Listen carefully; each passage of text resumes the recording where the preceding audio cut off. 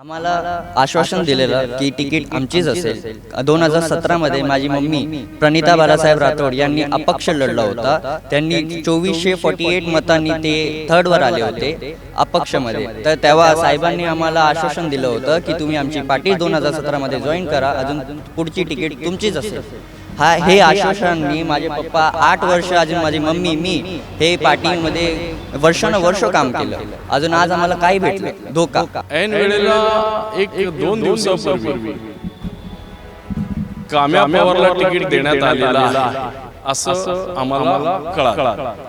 त्याच्यानंतर आम्ही साहेबांनाही विचारलं, पण काही ठिकाणावरून आम्हाला अशी माहिती मिळाली की बिल्डर लॉबी ही जोरात काम करत आहे। भारतनगरच्या जनतेची घरं तोडून त्या ठिकाणी त्यांना पैसा कमवायचा आणि काम्या पवार सारखा माणूस ज्याला या भारतनगर मधून तडीपार मकोका 3 वेळा मकोका झालेला आहे। त्या मकोका कायद्याअंतर्गत कारवाई झालेली आहे। 10 ते जास्तीत जास्त वर्ष तो जेलमध्ये राहिला। नमस्कार, आप सभी दर्शकों का CNU चैनल में स्वागत है। इस वक्त मौजूद है मुंबई के चेंबूर वार्ड क्रमांक 148 के अंतर्गत। चलिए मैं बता दूं कि महाराष्ट्र में मुंबई में चुनावी बिगुल बच चुका है महानगर पालिका चुनाव को लेकर, लेकिन अब मामला यहाँ आके फंस गया है कि किस किस पार्टी के कौन कौन से ऐसे उम्मीदवार होंगे।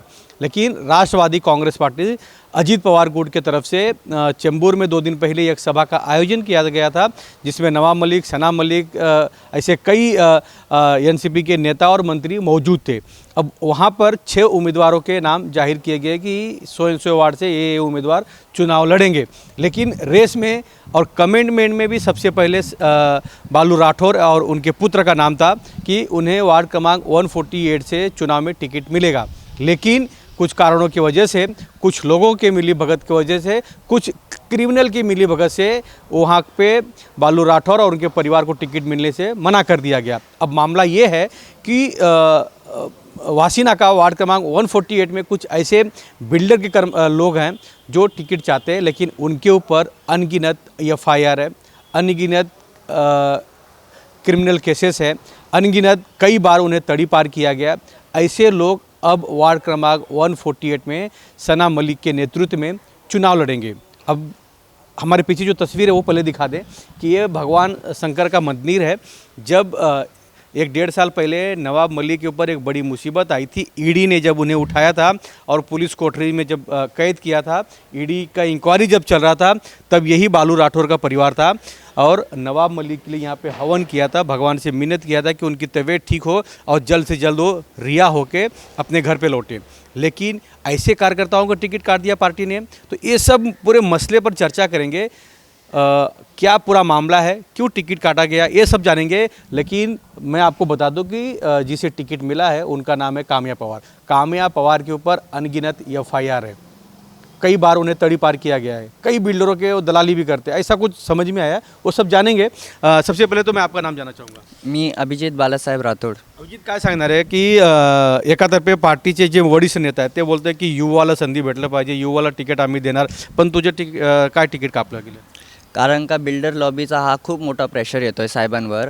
अजून त्यांना हे पूर्ण 148चे लोकांचं घरं पाहिजेत, अजून त्यांना ते पूर्ण घरं घेऊन त्यांचे घरं तोडून त्यांना बिल्डिंगचे पैसे पाहिजेत, म्हणून हे आमची तिकीट कट झाली आहे। तुम्ही एक युवा आहे, तुम्ही कार्यकर्ता आहे, तुम्ही नवाब मलिक चे ह्या पार्टीमध्ये NCP अजित पवारमध्ये आहेत। अजित पवार साहेबांचं म्हणणं होतं की युवाला तिकीट भेटलं पाहिजे। आता ज्यांना तिकीट भेटलं त्यांची बॅकग्राऊंड काय? ते हे ज्यांना आता तिकीट भेटलं आहे काम्या पवार, हे कोण आहेत हे लोकांना माहितीसुद्धा नाहीत, ह्यांना भारतनगरचे गल्लीसुद्धा माहिती नाहीत, हे इकडचे रहिवासी पण नाही आहेत। हे बाहेरून बिल्डरचे लोकांना बाहेरून आणलं गेलं आहे, अजून त्यांना तिकीटसुद्धा बिल्डर स्वतः घेऊन देतो आहे। अजून त्यांच्यावर खूप गंभीर गुन्हे आहेत, 302 MPD, मोकोका हे असे गुन्हे त्यांच्यावर लागू आहेत। अजून काम्या पवार, अजून त्यांच्या सुनाला हा तिकीट दिला जात आहे। तर तुमचं काय म्हणणं आहे की तुमचं तिकीट कापलं गेलं, काय कारण काय? कारण काही तुम्हाला काहीतरी सांगितलं असेल ना पार्टीने, कारण काही तुम्ही, तुमचे वडील, तुमची आई ह्या मंदिरामध्ये नवाब मलिकसाठी पूजा केलं होतं। आम्हाला आश्वासन दिलेलं की तिकीट आमचीच असेल। 2017 मध्ये माझी मम्मी प्रणिता बाळासाहेब राठोड यांनी अपक्ष लढला होता, त्यांनी 2448 मतांनी ते थर्डवर आले होते अपक्षमध्ये. तर तेव्हा साहेबांनी आम्हाला आश्वासन दिलं होतं की तुम्ही आमची पार्टी 2017मध्ये जॉईन करा, अजून पुढची तिकीट तुमचीच असेल. हे आश्वासनांनी माझे पप्पा 8 वर्ष, अजून माझी मम्मी, मी हे पार्टीमध्ये वर्षानुवर्ष काम केलं. अजून आज आम्हाला काय भेटलं? धोका. पक्षांनी धोका दिला आहे आम्हाला. नाही, ज्या शरद पवारला ज्यांनी धोका दिला ते तुम्हाला धोका द्यायला काय कसर छोडणार नाही आहे, कारण काय ते समोर येत आहेत सगळे. कारण की शरद पवारला सोडून ते नवीन पक्ष उभं केलं तर तुमचं काय कोणी बघणार नाही. पण आता तुम्ही तुमची पुढची प्रक्रिया काय का पुढची निर्णय तुमची काय? आता आम्ही लढणार आहे. ही लढाई आम्ही सोडणार नाही. ही लढाई लोकलची आहे. हे जे बाहेरचे लोक हे तिकीट घेऊन येत आहेत ह्यांच्याशी आम्ही लढणार आहोत. अजून माझे 148ला एकच माझं म्हणणं आहे की तुम्हाला कोण पाहिजे? तुम्हाला लोकल मुलगा पाहिजे काय मकोका पाहिजे? चलिए मैं आपको बता दूं कि राठौर जी की धर्मपत्नी जब चुनाव यहाँ पर 8 साल पहले लड़ी थी तब वो तीसरे नंबर पे आए थे, ऐसा इनका कहना है. और उस वक्त अनिल राठौर जी सभी के घरों घरों में जाकर प्रचार कर रहे थे. और अपक्ष जब तीसरे नंबर पे आ सकते हैं तो किसी पार्टी से अगर टिकट मिलता तो उनकी ताकत डबल होती थी, ये सोचकर ये लोग आगे काम कर रहे थे. लेकिन बात ये है कि जब आपने कमेंट किया तो भैया टिकट काटा क्यों, कार्यकर्ताओं को 8 साल यूज क्यों किया, ये सबसे बड़ी बात है. राठोड साहेब काय सांगणार आहे? आज तुमच्यावर अन्याय झाला आहे, कारण काय तुम्ही ह्या मंदिरामध्ये येऊन नवाब मलिक साहेबांसाठी तुम्ही पूजा अर्चना केलं होतं, काय सांगणार आहे आपण? मी साहेबांवर खूप प्रेम करणारा कार्यकर्ता आहे आणि मॅडमसाठी पण मी खूप मेहनत करून मॅडमसाठी प्रयत्न केले आणि मॅडमला निवडून आणलं. आजही मॅडमचं आमच्यावरती खूप जीव आहे आणि मॅडमचं हेच म्हणणं आहे की नवीन पिढी राजकारणात आली पाहिजे आणि त्या पद्धतीने मॅडमनीही खूप प्रयत्न केला. पण ऐन वेळेला 1-2 दिवसापूर्वी काम्या पवारला तिकीट देण्यात आलेलं आहे असं आम्हाला कळालं. त्याच्यानंतर आम्ही साहेबांनाही विचारलं, पण काही ठिकाणावरून आम्हाला अशी माहिती मिळाली की बिल्डर लॉबी ही जोरात काम करत आहे. भारतनगरच्या जनतेची घरं तोडून त्या ठिकाणी त्यांना पैसा कमवायचा आहे. आणि काम्या पवारसारखा माणूस ज्याला या भारतनगरमधून तडीपार मकोका 3 वेळा मकोका झालेला आहे, त्या मकोका कायद्याअंतर्गत कारवाई झालेली आहे. 10 ते जास्तीत जास्त वर्ष तो जेलमध्ये राहिलेला आहे आणि भारतनगरची जनता 302 सारख्या गुन्ह्यामध्ये तो अडकलेला आहे. आणि आज फक्त आणि फक्त राजकारण, पैसा आणि पैशातून राजकारण, आणि ह्याच्यामुळे त्यांनी ऐन वेळेला माझ्या पोराची तिकीट कापली. आणि मी भारतनगर या भागामध्ये वारंवार म्हणजे 2007ला माझी पत्नी उभी होती, तेव्हाही आम्हाला 2539 इंडिपेंडंट मतदान मला 148मधून झालेलं. परत 2017ला माझी पत्नी उभी राहिली, 2017लाही 2448 आम्ही इंडिपेंडंट. लोकांचं एवढं प्रेम आहे की एवढं मतदान आम्ही घेतलं. 2017ला मी ज्यावेळेस मला साहेबांनी सांगितलं की तू पक्षामध्ये प्रवेश कर, तुला पुढची तिकीट आम्ही देतो, त्यामुळे आम्ही पक्षामध्ये गेलो आणि आम्ही वारंवार लोकांशी संपर्क करून कामं करून आम्ही पक्षासाठी पक्ष कसा वाढेल या माध्यमातून कामं करत तुम्ही आहोत. विधायक पण निवडून आला सना मलिकला. हो. तुम्हाला बरोबर वापर करून घेता, तुमची जी ताकद होती. नाही, तो माझं आता मी तर मेहनतीने इमानदारीत मी काम केलं आणि आजही सांगतो मॅडमला, आजही मी रिक्वेस्ट करतो, मॅडम तुम्ही साहेबांना सांगा, रिक्वेस्ट करा की या तिकिटीला थांबवा आणि माझ्या पोराला तिकीट द्या आणि 100% ही सीट निघते. आणि अजित दादांना पण माझी विनवणी आहे की माझ्या पोरावरती एकही केस नाही आहे, तुम्ही याला युवा आहे त्याला संधी द्या. तो आजही कॉलेज करत आहे आणि युवांना तुम्ही जर संधी दिली तर पूर्ण मुंबईमध्ये राष्ट्रवादी होईल. कारण का एक वेगळा युवांना मेसेज जाईल की या पक्षामध्ये आपल्याला सन्मान मिळतो. त्यामुळे माझी भारतनगरच्या आणि 148च्या सर्व जनतेला विनंती आहे, क्रिमिनल लोकांना या आपल्या 148मध्ये उतरवलं जात आहे आणि संपूर्ण भागामध्ये पैशाचा पाऊस पडणार आहे. तरी पण तुम्ही या पैशाकडे बघू नका, तुम्ही एका होनहार माझ्या पोराला मी हात जोडून भारतनगरच्या जनतेला विनंती करीत आहे, 148च्या जनतेला विनंती करत आहे, मी माझ्या पोराला उभं करत आहे.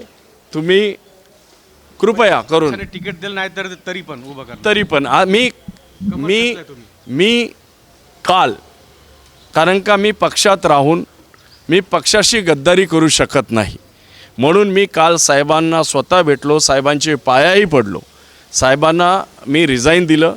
माझ्या परिवाराचे 2-3 लोक होते, त्यांच्या माझ्या मिसेसचंही पत्रक दिलं आणि मी त्यांच्याकडे रिझाईनही सुपूर्त केलं. कारण मी या गोष्टी पक्षाच्या विरोधात मी राहून पक्षामध्ये राहून पक्षाच्या विरोधात मी काम करू शकत नव्हतो. त्यामुळे मी रिझाईन देऊन आज मी मोकळा झालेलो आहे. तरी पक्षाने मी आजही त्यांना विनंती करत आहे की पक्षाने माझ्या पोराचा विचार करावा आणि जेणेकरून लोकांना न्याय मिळेल आणि व्यवस्थित एक होनहार माझा मुलगा नगरसेवक होईल. तरी पक्षाने विचार करावा ही विनंती आहे. आता किती वर्षाचा तुमचा मुलगा आहेत? कारण काही तिकीट जर भेटलं आणि निवडून आला तर मला वाटतं की ह्या पूर्ण मुंबईमध्ये सर्व पहिला तरुण उमेदवार असणार. 21 वर्षाचा माझा पोरगा आहे आणि हा शिंदे साहेबांची मी एक नगरमध्ये कुठला तरी एक उमेदवाराला पाहिलं की सर्वांपेक्षा कमी उमेदवार एक युवती होती, कन्या, आणि तो निवडून आलेत. कारण की मला वाटतं की 21-20 वर्षाची मुलगी होती. शिंदे साहेब संधी देऊ शकतात तर का अजित पवार हे संधी का देत नाही? पवारसाहेब, अजित पवारसाहेब तर संधीच्या पाठीच आहेत, पण या ठिकाणी ज्या पद्धतीने 148साठी 2 दिवसापर्यंत आम्हाला आश्वासन देण्यात आलं की तुम्ही तयारीला लागा आणि तुम्हाला तिकीट कन्फर्म झालेली आहे. मला सूत्रांची असं माहिती पडले की काम्या पवारने पार्टीला काहीतरी मोठा फंड दिला म्हणून त्याला तिकीट दिलं, असं सूत्रांची माहिती. काय सांगते? काम्या पवार हा बिल्डरचा माणूस आहे आणि जे गुंड असतात ते बिल्डरला टच होतात आणि त्यांनी पूर्ण भारतनगरचे फॉर्म भरले आणि फॉर्म भरून बिल्डरपर्यंत सुपूर्त केले. आता बिल्डरला वाटलं की हा जर नगरसेवक झाला तर पूर्ण भारतनगर 5,000 कोटी रुपयाची प्रोजेक्ट आहे. भारतनगर हा प्रोजेक्ट 5,000 कोटी रुपयाचा प्रोजेक्ट आहे. त्यामुळे त्यांना असं वाटलं की काम्या पवारला पुढं केलं जाईल आणि तो नगरसेवक झाला की पूर्ण भारतनगर आपण फटाफट तोडून टाकू आणि पूर्ण टावर्स उभे करू आणि गोरगरिबांना घरं मिळतील ही काही गॅरंटी तर नाही आहे. आणि त्यामुळे बिल्डर लॉबीनी पूर्ण हालचालीला सुरुवात केली आणि रातोरात माझी तिकीट कापण्यात आली. त्याच्या पुढची तयारी तुमची काय की चुनाव लढायचे आहेत? आता माझ्या पोराला मी 148मधून 29 तारखेला मी फॉर्म भरणार आहे आणि फॉर्म भरून जे पक्ष, जे नाराज लोक असतील त्यांनी माझ्या पोराला समर्थन जाहीर करावं आणि मी 148मधून माझ्या पोराला उमेदवारी जाहीर करतो आहे. कारण की गेल्या विधानसभामध्ये काही असं उमेदवाराला मी पाहिलं की निर्दलीय होते, अपक्ष उमेदवार.